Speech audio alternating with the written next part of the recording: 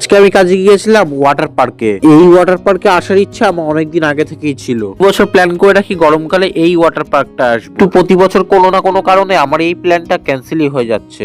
এবছর আমি এই ওয়াটার পার্কেই যাচ্ছি, তাও আবার পুরো ফ্রিতে। গিয়েছিলাম হচ্ছে কাজের সূত্রে। ফ্রিতে ওয়াটার পার্কের ভেতরে ঢুকেও কোনো আনন্দ করতে পারলাম না, কারণ কাজের সূত্রে ভেতরে যাওয়া আর আনন্দ করার জন্য ভিতরে যাওয়া দুটোর মধ্যে অনেকটাই তফাৎ। একটা জিনিস আমার ভালো হলো যে ওয়াটার পার্কের ভেতরে ঢুকে আমি পুরোটা ভালো করে জেনে নিলাম এবং বুঝে গেলাম ভিতরটা কতটা সুন্দর দেখতে, সেটাও আমি জেনে গেলাম। আমি ইচ্ছা আছে এই বছরে একবার এই গরমকালে ওয়াটার পার্কে আসবো। এখন দেখা যাক, যদি সময় বার করে আসতে পারি তাহলে তো খুব ভালোই হবে।